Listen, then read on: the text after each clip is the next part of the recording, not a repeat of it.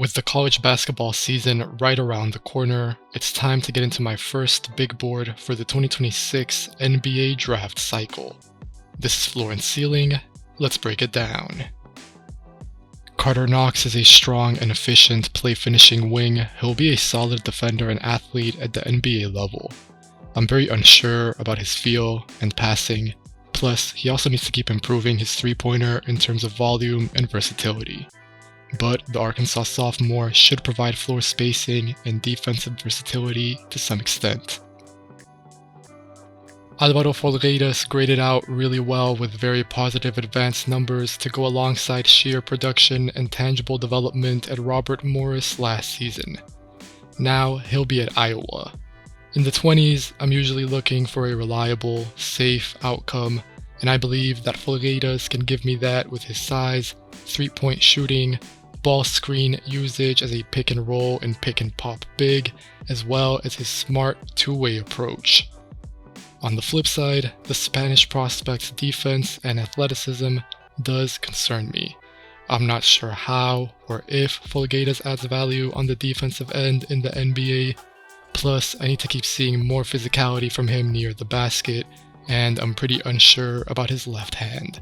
His NBA outcome might boil down to becoming a great three-point shooter. Caden Boozer has great feel, and he has an awesome track record as a winner. There's absolutely no questions there. However, the Duke freshman doesn't shoot many threes. He's an average athlete, and I'm not sure that he'll be that valuable of a defender in the NBA or even college. The Duke freshman is very solid across the board, but I'm not sure that he excels at any one thing. You could argue playmaking, but I have questions there after high school. I view Caden as a good passer, but not as a great advantage creator, which in turn might cancel out his playmaking. Looking forward to this season, I want Caden to be more aggressive, to shoot more threes, and to keep making quick reads. Basala Bagayoko really needs to have any consistent stretch of games, but as I've said on here before, I think that he can be a two-way playmaker at the 4 or the small ball 5. Last year was all about getting Bagayoko back on the court and building up his health after a long injury layoff. This year should be about building up his draft stock. However, his health needs to allow for that. Dash Daniels' offense is a massive concern, and that has slowed down even compared to the start of the NBL season. That's why he's this low on my board. Really, I have no idea how he scores or creates advantages in the NBA. However, I do love Dash's defense, and I like his connectivity. He'll be a menace at the point of attack, and he'll be disruptive off the ball. I also think that the Aussie prospect will be able to shoot spot-ups to some extent, but it might take a really long time until Daniels is perceived as a threat to any extent on offense. When it comes to Flory Bidunga, there's always safe, high value in play-finishing bigs who play extremely hard, make multiple efforts, and are reliable vertical spacers on both ends of the floor. Think of the likes of Adem Bona, Mitchell Robinson, Jericho Sims, or even Ariel Hookporty. Different degrees of players, but the same broad strokes.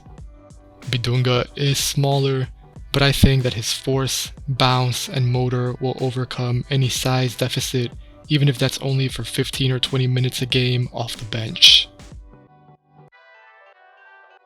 The pitch with Baylor's Cameron Carr starts with him being about 6'6" with a 7'2" wingspan.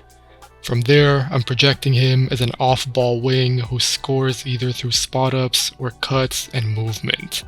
In a higher-end outcome, Carr seems to have a bit of a mid-range game with some herky-jerkiness off the dribble. My questions about him are about his frame and defense. Carr plays tough, but he is really skinny. And then I also need to see his defensive production tick up, as well as just getting a bigger feel and sample size for what his defense looks like now after sitting out last season as a mid-year transfer from Tennessee. I really like LeBaron Philon's handling and passing, plus I enjoy his defense, but I'm worried about his size a little bit, and then I'm just not sure what his go-to for scoring in the NBA will really be. If Philon makes a leap with his three-point shooting, I'll feel much better. The early season signs at Alabama do look promising, but I need a much bigger sample size. I also want to see some improvements as a finisher, even though I do like Philon's in-between game. Neoklis Avdalas can dribble, pass, and shoot at least on some level, while having very decent positional size, prior production as a pro as I've covered on floor and ceiling before, as well as enough on and off ball scalability. I'm not totally sure what Avdalas' NBA role looks like. I almost wonder if he has some of the same flaws that Kasparas Yakuchonis might have had, and Avdalas will touch the ball a lot less going forward. However, I think that there are enough tools there as well as shooting and feel for him to figure it out. Chris Sanak's pre-draft profile has some glaring red flags given his assist to turnover ratio, his field goal percentage, and his very limited block numbers. However, the Houston freshman is blatantly an NBA athlete in my opinion, with enough tools to theoretically be a productive, versatile big around the basket who can then probably drive from the perimeter using his theoretical handle and creativity. When he wants to be, Sanak is athletic, mobile, and dominant. He can finish above the rim, scare attackers off as a defender, make some flashy reads, and he can really rebound.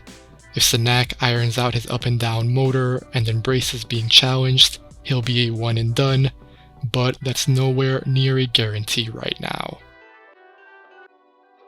Adam Atamna is a walking bucket who can play the 2 and the 1 in that order right now. The French guard is really comfortable getting to the elbows and playing in the mid-range area. However, he can also create his own shot from 3 out of screens as well as using a step back. On top of that, I believe that Atamna is scalable in that he can play off the ball, shooting spot-ups or even cutting, while bringing enough defense and playmaking to the table. Going forward, I'm still unsure about Atamna's first step and his twitchiness, plus I'm just not totally convinced that he'll be getting consistent playing time in France. Some of the early season signs do look pretty good, but as with Sanak, I'm just not sure that he's a one and done, in his case, internationally. I recently covered Kareem Lopez on the channel in a conversation with Ben Pfeiffer, so make sure to check that out. But as I said, I'm not a huge fan of the Mexican wing right now, but in the longer term, I do believe in his NBA fit. I buy that Lopez will be a pretty good shooter in time, and then he probably has a reliable enough foundation given his size, scoring, and on and off ball uses. He has to keep improving defensively, but also I'm not convinced that his New Zealand team is very good for him to showcase what he can do in the league. Hannes Steinbach was incredibly productive in the Bundesliga last season before making the move stateside to join the Washington Huskies. At the NBA level, I trust that the German big will be a great rebounder who'll extend possessions on the offensive glass. Plus, I think that he'll thrive in transition. But other than that, I'm just not too sure what else Steinbach can regularly do to add value. Maybe, who knows, he won't need more, but still. I worry that he lacks sheer size on both ends. I wish that he was a quicker, more accurate processor as a playmaker. And even though I do like the reads that he makes on defense, again, I worry about the size, and I'm not totally convinced about his quickness either. I would really like to be higher on Tunde Yesufu, but my gripe is that he plays like an old school 4 almost in the body of a modern day 2 guard. Basically, the Baylor prospect, in my opinion, is way too reliant on post-ups and bully ball. A ton of perimeter development will need to take place before I am truly comfortable with Yesufu. Sure, it seems like that process has started, but I need to see it be functional in-game. Right now, I find Yesufu to be a fantastic open court athlete, but when things go into the half court, they get kinda murky. I'm not convinced at all by his versatility or lack thereof as a scorer, and I don't really think of Tunde as a consistent decision maker or much of a passer, really.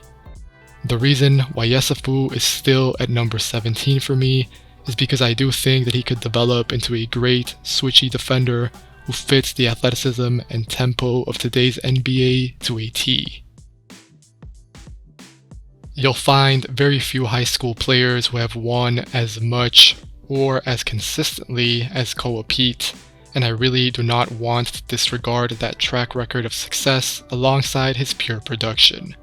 However, every single time that I watch the Arizona freshman, I walk away feeling pretty iffy. Ultimately, I think my thing with Pete is that he takes too long on the ball and he relies on his physicality too much. As a freshman at Arizona, I'd like to see him focus on finishing plays and defending every position.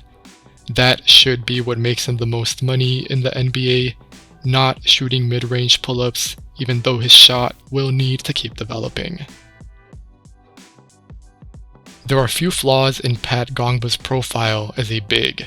He does a lot of the basics well in terms of setting screens, rolling hard, rebounding, rim running, and finishing plays. On defense, he's pretty decent, and he usually knows his limitations and stays within his role. At the same time, I'm just not sure that Gongba is particularly great at any one thing. I'm also not convinced by his athleticism either, despite his length. And after that, I worry about the Duke center's history of foot injuries at his size and weight. I feel confident projecting Gongba as a backup big in the NBA, but I don't feel comfortable moving him further up my board for now. Frankly, I think that there's better value to be found still. Breaking into the lottery here, Malachi Moreno is a play-finishing big with some feel operating around the elbows and wings. The Kentucky center needs to keep getting in better shape. I think that he still has some baby fat that he can lose, but I really like his background, and I really trust his touch and skill set. Moreno is in a great situation under Mark Pope as well, which encourages me, although I'm not fully convinced that he'll be a one and done in Lexington. At the same time, it does just seem like Moreno is developing at a very quick pace right now, so that makes me want to buy his stock. Bennett Sturtz is an offensive engine of a point guard with pick-and-roll powers, on-ball speed, reliable finishing, and tough shot-making ability. He was arguably the best point guard in college basketball last season, because on top of all that scoring, Sturtz is also a very good passer with elite numbers and extremely low turnovers. That said, Sturtz has played a really methodical and slow brand of basketball. In the NBA, he'll have less time on the ball and he'll need to adjust to an entirely different pace and style. Sturtz takes up a ton of pick and roll possessions in college in a way that simply won't exist. Right now, he can take up an entire possession, calling for screens, resetting, probing the defense, finding the right angle, etc. He makes the right decision almost every single time, but going forward, the process just will not be able to be the same.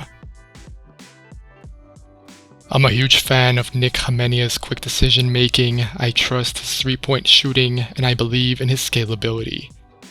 Hamenia's role at the NBA level will resemble more so what he did for Team USA, rather than the heavy load he ended up with in high school at Harvard Westlake. At times, the Duke freshman was effectively playing 1 through 4 on both ends for his team. But going forward, I expect Hamenia to retain some handling and passing to go alongside his shooting. However, all of that will come in much more of a complementary capacity. As for improvement points, Hamenia's rim pressure is what I'm watching for the most. I'm not convinced about his finishing still. He is tough, but he needs to embrace contact even more fairly often. Plus, when it comes to driving, even if it is just driving closeouts, I think that Hamenia's handle is loose and wide sometimes, so that will need to get addressed over time as he gets stronger and hopefully tightens up that part of his game. Braden Burries is an older freshman guard who could end the year as Arizona's most important player. Burries is a heady/first ball handler who loves to pressure the rim either to score, get fouled, or draw in the help and then make a play. However, he's also comfortable operating off the ball, either spotting up or attacking closeouts. Burries can take pull-ups and threes as well, although I think he should stay away from the mid-range if he really wants to strengthen his shot profile. As for the rest of his game, Burries is not an exceptional passer, but he's solid and he makes the right reads. So when you stack that with his ball handling and strength to get to his spots, that might be all that the Arizona guard needs to be productive in college. Malik Thomas could become a nuclear scorer, which is really why I'm so high on him. Malik can play really fast while legitimately handling the ball to some extent and keeping his turnovers low along the way. I'm not a massive fan of Malik's passing actually, but it's still solid and his assist to turnover ratio at the OTE level was surprisingly good. Thinking about the NBA, I'm viewing Leak in shades of Trey Johnson, Jared McCain, or even Rob Dillingham. He reminds me of the latter with how he had to adapt from the OTE style to John Calipari's much narrower demands, but so far, Thomas seems to be doing just fine in that regard. Looking ahead towards his freshman season, I'm unsure about where his defense and finishing are right now. He can sometimes look like he's too chilled while playing, but maybe that's just an aesthetic bias thing, because Thomas is definitely tough on the boards and he does get a decent amount of steals. Mario Saint-Exupéry can dribble, pass, and shoot. He feels, to me, like the best connective, non-star prospect in this draft. Saint-Exupéry is effective both on and off the ball while making quick decisions and converting on a decent number of threes. As a playmaker, the Spanish prospect is audacious and creative, although his limited horizontal and vertical pop could cap his advantage creation and scoring at the NBA level. On defense, Saint-Exupéry gives up size, but he competes really hard. Covering a lot of ground against longer, bigger opponents will be challenging. However, I think that his speed will help him out. Finally, Saint-Exupéry has now produced consecutively against high-level competition in Spain last season and over the summer at Eurobasket. I value all of that and I take it into account.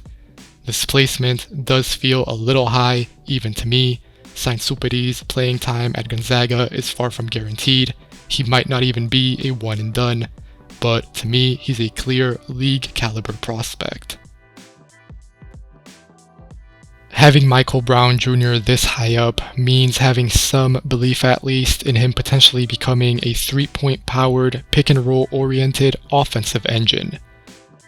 I'm not convinced that this will be the case. It's extremely hard, and it would mean that Michael would become something like a Trae Young or a Darius Garland.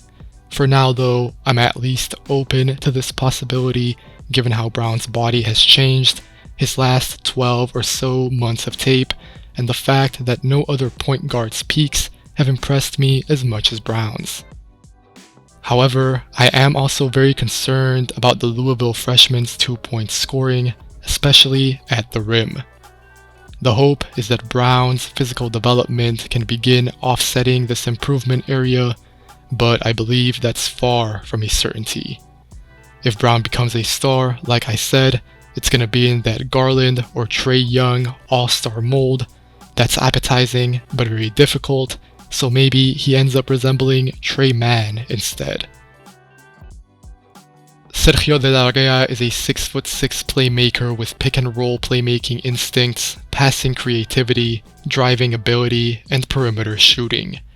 Right now, with Valencia, he's a guard, but in the NBA, I expect him to be more of a wing or just a ball-handling connector.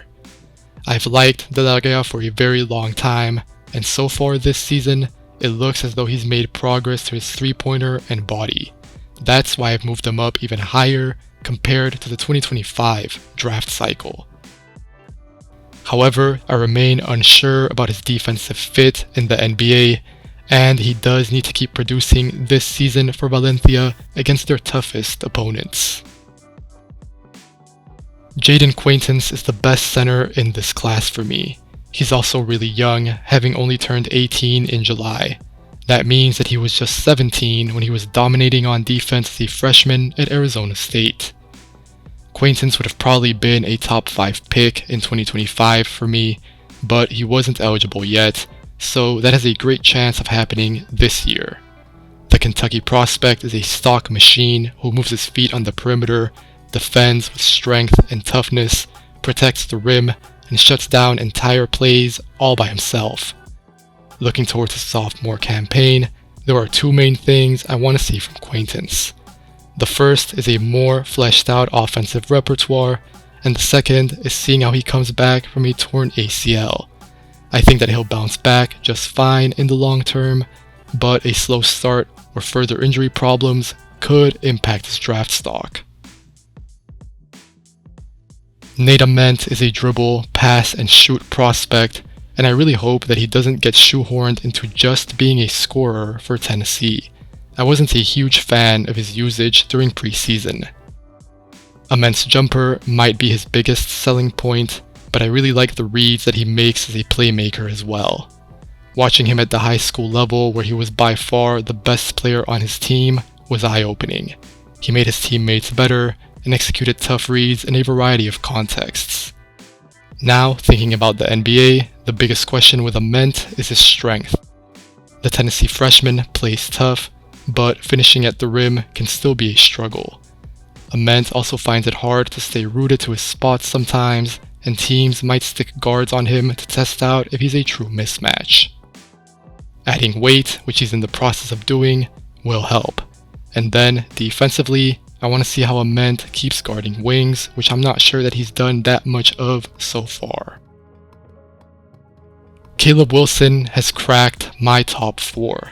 He'll probably make a name for himself on defense this year, but he's much more than a defensive specialist in my eyes. This was particularly apparent throughout Wilson's senior year of high school, where I really thought that he expanded his offense to include a lot more passing, some dribbling, and greater comfort as a shooter. On defense, Wilson just has a case for being the best defender in this draft class.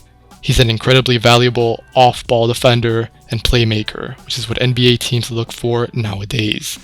Sure, Wilson is not that long, but his quick twitch and developing frame should offset that. I've seen him shut down entire teams all by himself. I'm not sure that Wilson will ever be the most polished or well-rounded offensive player, but if he wreaks havoc on both ends while having a very real case for being the best defender in this draft, that is good enough right now for me to put him at number 4. Cameron Boozer is a super skilled forward who profiles as the ultimate efficiency monster. He can dribble, pass, and shoot while dominating the glass and controlling the paint on both ends of the floor. The Duke freshman reminds me of shades of Alperen Şengün, a smaller Philadelphia 76ers Joel Embiid, or Kevin Love. Starting this season at number 3, let me make perfectly clear right now, is not a slight on Boozer at all. I deeply value what he brings to the table. I would love to draft him if I was running an NBA organization, but I slightly prefer the Bansa and Peterson's on-ball skill sets, positionality, and how both of those areas overlap, meaning how the Bansa plays for an NBA wing, how Peterson plays for an NBA guard, and how Boozer plays for an NBA big. Darren Peterson feels like a lab-made NBA guard with his polished ball handling, creative passing, non-stop scoring, chiseled frame, and defensive motor. The Kansas freshman's blend of skills, shooting, and pace, to me, reminds me of Shai Gilgeous-Alexander or a two-way Damian Lillard. So that should give you a sense of how high I am on Peterson. He's just an absolutely amazing guard prospect. Maybe I'll be nitpicking here, and to be clear, it's not like I'm concerned about these areas, but looking ahead towards this season at Kansas, what I want to see from Peterson is a little bit more passing diversity, as well as some more, yes, even more, three-point scoring. AJ Dybantsa is a hyper-athletic, three-level scoring wing whose first step covers a ridiculous amount of space, whose stubbornness getting to the free throw line keeps him in a rhythm, and whose pull-up game I feel extremely comfortable with. At this moment in time, Dybantsa is my number one prospect because I value his size and scoring just a little bit more than Darren Peterson's, and then I value his flexibility and his ease on the ball over Cam Boozer's when it comes to NBA projection. I can understand having some concerns about AJ's defense. He is the worst defender of the big three right now, but honestly, I think that he'll be just fine on this end and really end up having a lot of positional value. As for playmaking concerns, Dybantsa is score first, but he knows when and how to share the rock. Again, I think that he really will be fine, and to me, Dybantsa is as close to a perfect of a wing prospect as you can get. As always, if you enjoyed this video, make sure to leave a like, make sure to leave a comment giving me your top 30 to start the season,